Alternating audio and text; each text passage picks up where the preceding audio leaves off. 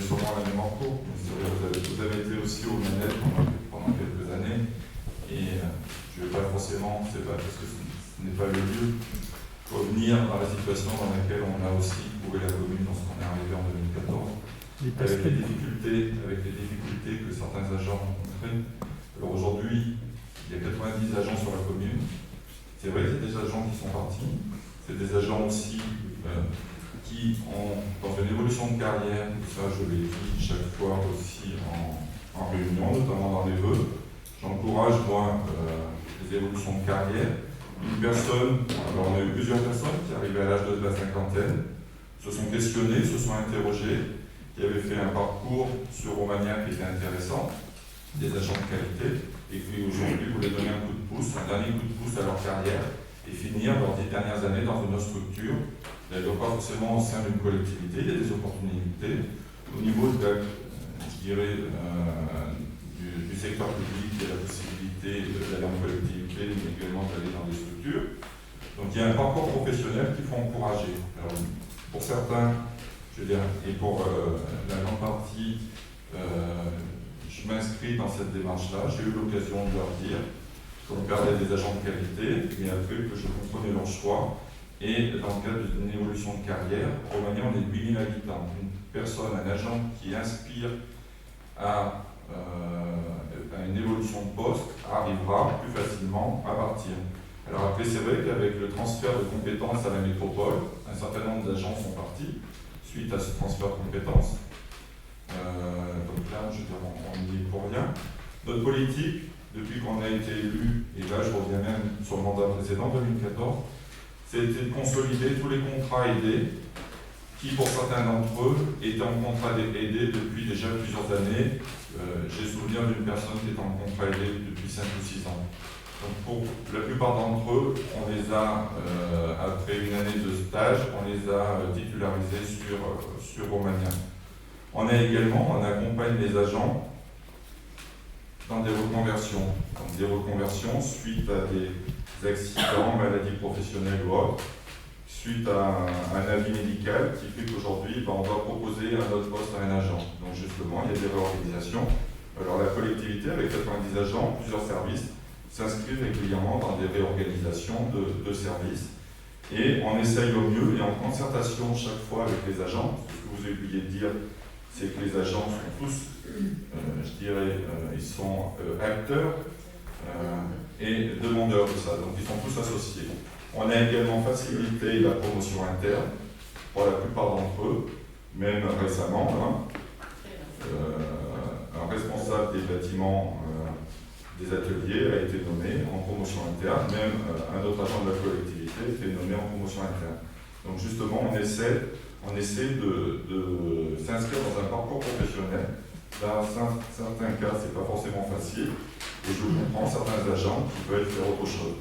Alors après, vous parlez de la rupture conventionnelle. Oui, on a fait une rupture conventionnelle avec un agent qui voulait se mettre à son compte, qui a changé de département, qui voulait se mettre à son compte. Donc oui, on l'a encouragé, et c'est vrai que la rupture conventionnelle aujourd'hui nous coûte un petit peu, parce que du coup, on paye, comme il n'y a pas de Pôle emploi, on ne cotise pas à Pôle emploi.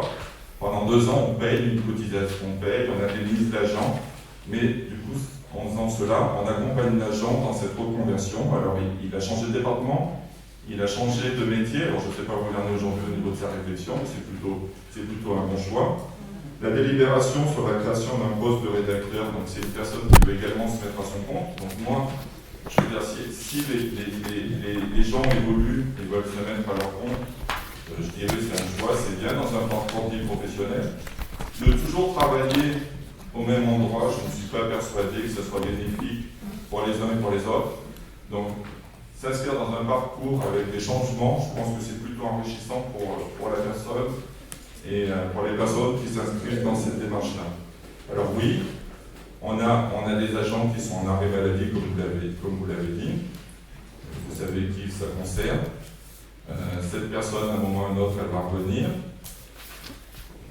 Voilà, on est dans l'attente du retour de cette personne, mais on s'inscrit là par rapport aux prolongations d'arrêt maladie. Oui, c'est un agent de catégorie A qui est en arrêt maladie. Mais voilà, après on attend. On a déjà réfléchi à un autre poste à lui proposer si elle revient au sein de la collectivité. Bien sûr, ça se fera en accord avec cette personne-là. Les RH, ce n'est pas forcément un poste facile.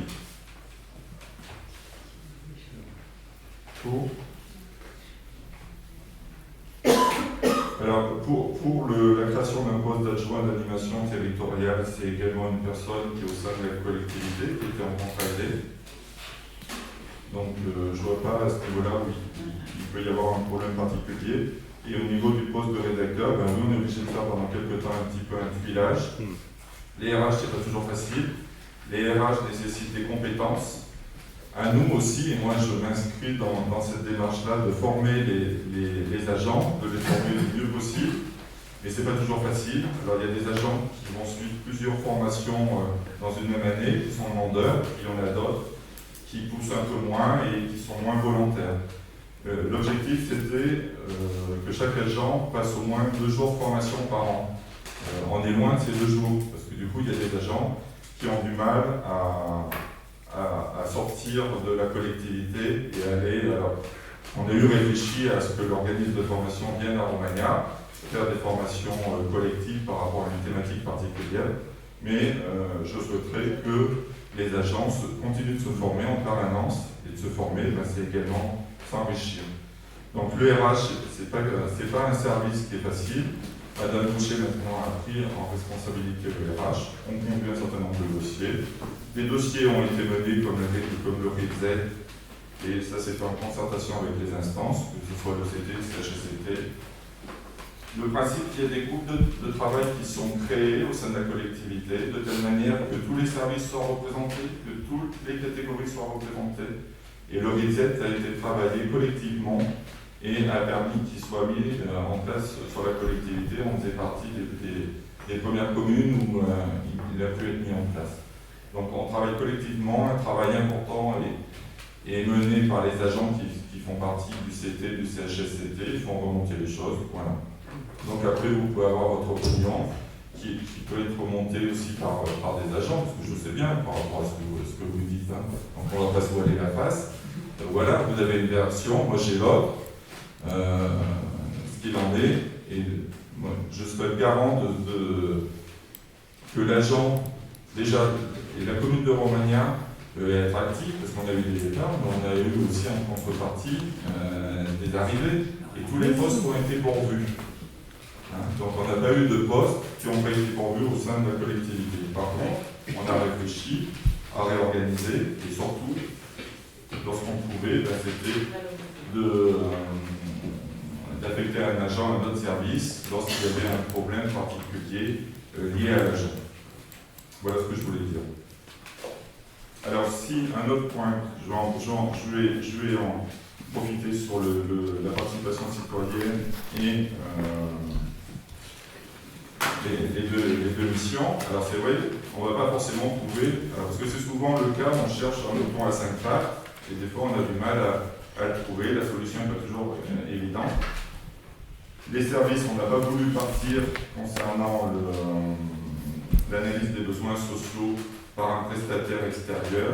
Les services nous ont indiqué que la prestation précédente qui avait été faite n'était pas forcément de qualité. Donc vous voyez, on n'a pas forcément, cette prestation n'était pas forcément de qualité, n'avait pas permis d'avoir une analyse la plus complète possible. Alors je ne dis pas que prendre un prestataire c'est bon, c'est mauvais. Moi je serais plutôt parti sur un prestataire à la base qui a les compétences. On va essayer de voir ce que ça donne. C'est pas certain qu'on trouve quelqu'un qui a à la fois des compétences pour l'analyse des besoins sociaux et sur la participation citoyenne. Ça, j'en conviens. On verra ce qu'il en est. Mais voilà, on essaye d'avancer aussi. Donc, Madame Demoustier.